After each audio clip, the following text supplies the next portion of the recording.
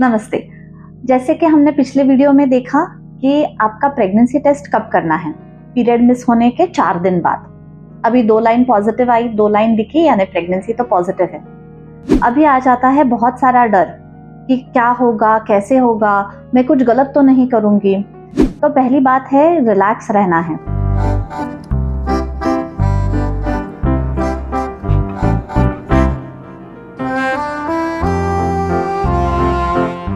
काफ़ी गर्ल्स को ऐसे लगेगा कि अभी पीरियड कभी भी आने वाला है, जो कि एक बहुत ही नॉर्मल थिंग है।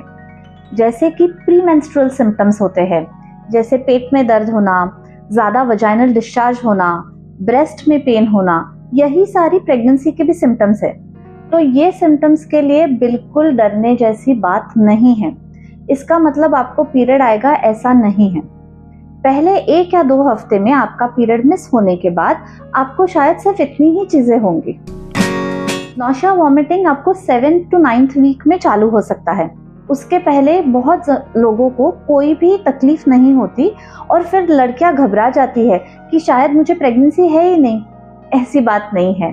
बच्चा अभी बहुत छोटा है, डेवलप होने में टाइम लगता है, हार्मोन सिक्रेट होने में टाइम लगता है, इसीलिए नौशिया थोड़ा बाद में सेट इन होता है। लेकिन अगर आपको नौशिया वॉमिटिंग नहीं है, पेट में दर्द नहीं है, कोई भी तकलीफ नहीं है, इसका मतलब ये नहीं है कि प्रेगनेंसी में कोई प्रॉब्लम है। आपको डरने की बात नहीं है। आप उन चुनिंदा लकी लोगों में से हो जिन्हें प्रेगनेंसी में तकलीफ नहीं हो रही है। बाकी जिनको बहुत ज़्यादा नौशिया है, उन्होंने क्या करना चाहिए? तो छोटी छोटी घरेलू चीज़ें आप कर सकते हो, जैसे कि नींबू पानी पीते रहो, उससे थोड़ा सा आपको भूख लग सकती है। आंवले का जूस या आंवला का सुपारी आता है, वो आप चबा सकते हो। और दिन में ज़्यादा बार खाना खाना है। जैसे आपको अगर 2 रोटी खानी है तो आप 12 बजे 1 रोटी खा लो और 2 बजे 1 रोटी खा लो। तो अगर आपको उल्टी हो भी गई तो आपके पेट में थोड़ा तो कुछ तो रहेगा। ये छोटी सी ट्रिक्स रहती है जिससे आपको फर्स्ट ट्राइमेस्टर यानी पहले 3 महीने में अच्छे से खाना खाया जा सकता है। इसके बाद भी अगर आपको बहुत ज़्यादा नौशिया हो रहा है, बहुत वॉमिटिंग हो रही है, तो काफ़ी दवाइयाँ ऐसी है जो एकदम सेफ है और आप बिल्कुल प्रेगनेंसी में वो ले सकते हो।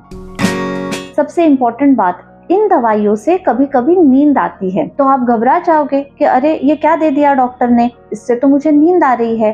तो ऐसी बात नहीं है। प्रेगनेंसी के हार्मोन्स भी ऐसे ही रहते हैं जिससे आपको नींद आ सकती है फर्स्ट 3 मंथ्स में। तो वो आपको जो भी डॉक्टर दवाइयाँ देते हैं वो बहुत सेफ दवाइयाँ रहती है, आप ले सकते हैं। लेकिन कोई कोई दवाइयाँ ऐसी रहती है कि जो हम देते हैं बस 4 या 5 दिन के लिए ले लो, जब आपको बहुत ज़्यादा वॉमिटिंग हो रहा है तब ले लो। तो वो दवाइयाँ आपको उतने ही टाइम तक लेनी है। एक बार दवाई का नाम मिल गया तो बस वो 9 महीने कंटिन्यू करना है, ऐसे नहीं करना है। आपके डॉक्टर को पूछना है कि ये कितने दिनों तक हम मैक्सिमम ले सकते हैं। इसमें भी मैं आपको बताती हूँ, डॉक्सिलामीन करके एक टैबलेट होती है जो बहुत कॉमन है, जो आप सेफली पूरे 8 से 9 महीने ले सकते हो। लेकिन जो नॉर्मल चीज़ें हैं जैसे ऑन्डेम है, पैंडी है, ये बहुत ज़्यादा दिनों तक नहीं लेनी है। इसके बाद सबसे इम्पोर्टेंट चीज़, आपका पहला सोनोग्राफी कब करना है और वो कैसे करना है। सो पहला सोनोग्राफी होता है अराउंड 7 वीक्स पे, और मोस्ट ऑफ द टाइम्स वो सोनोग्राफी आपका ट्रांस वजाइनल स्कैन होगा, यानी वो अंदर से सोनोग्राफी होता है, जिससे हमें बच्चे का धड़कन बहुत अच्छे से दिखता है और बच्चे का साइज भी बहुत अच्छे से दिखता है।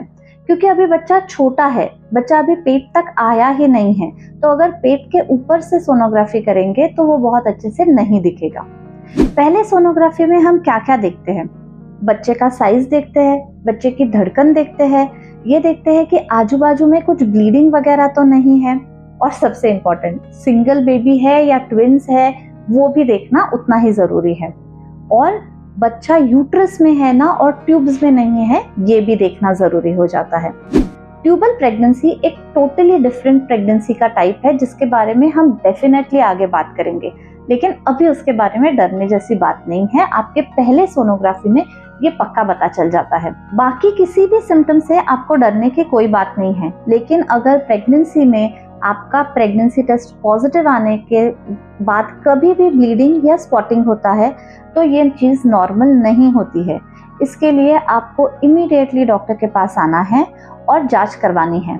कभी कभी ये किसी नॉर्मल चीज जैसे कि इम्प्लांटेशन ब्लीड की वजह से हो सकता है, लेकिन कभी कभी ये काफी सीरियस भी हो सकता है।